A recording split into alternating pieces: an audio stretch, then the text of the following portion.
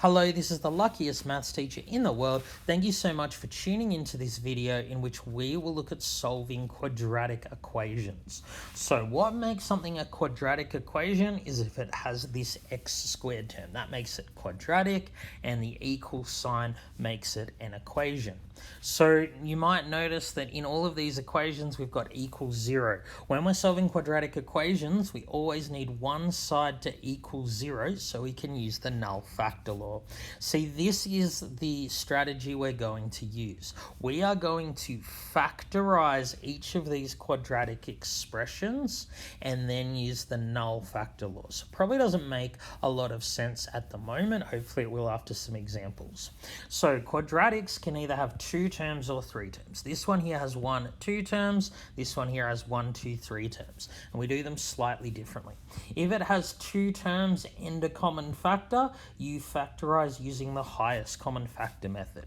So this one here has 1, 2 terms, and there is a common factor of x. So the highest common factor method, you take out the common factor, in this case x. Okay, what do I times by x to get the first term x? Well, you times it by 1. What do you times by x to get negative 3x squared? Well, you need to times it by negative 3x.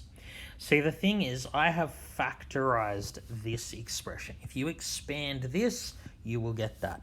The reason we need to factorize is now we can use the null factor law. So the null factor law says that if AB equals 0, then either A equals 0 or B equals 0. This is just commonsensical. If you have 2 things that multiply to 0, one of them has to be 0. So the solutions to this equation, when you have something times something equals 0, either the first thing equals 0 or the second thing equals 0. Now, if 1 minus 3x is equal to 0, you just subtract 1 from both sides, divide negative 3. In that case, you will get x equals 1/3. So they are the 2 solutions. Quadratic equations sometimes have 2 solutions, sometimes have 1 solution, sometimes have no solutions. It'll become clear though from the question. All right, let's try this one. X squared minus 64. It's a quadratic because it has an x squared term. This time though, the 2 terms do not share a common factor. So if you have 2 terms and no common factor, you use difference of 2 squares. That's what dots stands for. So this is how you do difference of 2 squares. You get 2 brackets. Square root the first, so the square root of x squared is x. Square root the second, so the square root of 64 is 8. 1 bracket gets a minus, 1 gets a plus, doesn't matter which way around. So what we've done is we have factorized this expression. We've written it as something times something equals 0. So null factor law tells us either the first something equals 0. So if x minus 8 equals 0, x equals 8. So either the first something equals 0 or the second something equals 0.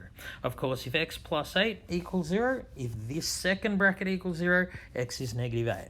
These are the 2 solutions. Let's look at this one here.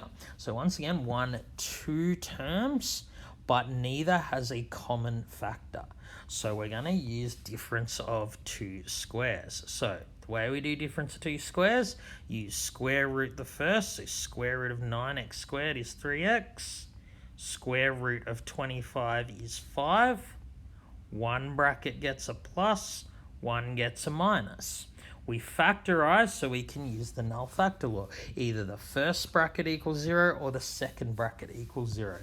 So if you go ahead and solve 3x plus 5 equals 0, it's just a linear equation. Subtract 5, divide 3. You get x equals negative 5 over 3. If you go and solve this one, you get x is positive 5 over 3. So it turns out x is positive or negative 5 over 3. So we usually just write it like that. Positive 5 over 3 or negative 5 over 3. All right, let's try this one here. 6x squared minus 54 equals 0. Once again, we have 2 terms.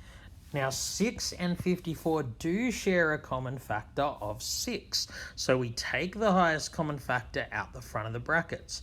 What do I times by 6 to get 6x squared? Well, that's just x squared. What do I times by 6 to get negative 54? That's -9. So I've used highest common factor to get to this point. I'm now going to factorize this using difference of two squares. So I'm going to leave the 6 alone. So x squared minus 9, difference of two squares. You square root the first, square root the second. One bracket gets a plus, one gets a minus.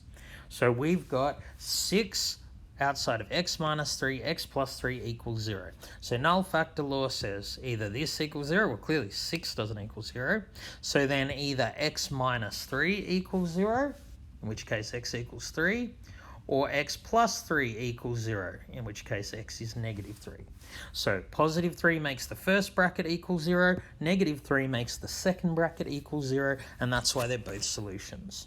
So that's how we do ones with two terms. Sometimes you'll need to use this one, sometimes this one, sometimes you need to use both, as I did in that one. But when you have three terms, a quadratic trinomial, it's actually much simpler because there's only one method to use the sum and the product. Here we have a quadratic because of the x squared term and 1, 2, 3 terms. So when we're dealing with a quadratic trinomial, 3 terms, we set up 2 brackets. I'm going to put an x in each of them. Now, the numbers that go with x in each bracket are the 2 numbers that multiply to the constant term, the term with no x, and add to the middle term. We want 2 numbers that multiply to 16 and add to 8. Well, those numbers are positive 4 and positive 4. 4 plus 4 is 8. 4 times 4 is 16. So notice here that both brackets are the same. So we're actually going to get only one solution this time. And the only possible solution is if x plus 4 equals 0, which of course means x equals -4. So just note, if you were to expand this using FOIL, you would get this. Our strategy here is take the quadratic, factorize it so that we have something times something equals 0, and we can use the null factor law. So we call a quadratic like this monic because there's no number written in front of x squared, so the coefficient of x squared is 1. So just note that, because the way we do trinomials that are non-monic is different, and we're going to look at that in a subsequent lesson. So for now, when you have a monic trinomial, quadratic with 1, 2, 3 terms, we set up 2 brackets, each including an x. So what goes with the x in each brackets? We want 2 numbers that multiply to the constant term and add to the middle coefficient. So here, this term is not 56, it's -56. The coefficient of x here is actually -1. So we want 2 numbers that multiply to -56 and add to -1. So if you're unsure, just go through factors of 56, and we want to find them such that their difference is 1. So that will mean I need to use 8 and 7, because 8 times 7 is 56. Now to get them to add to -1, I'm going to have to make this negative and this positive.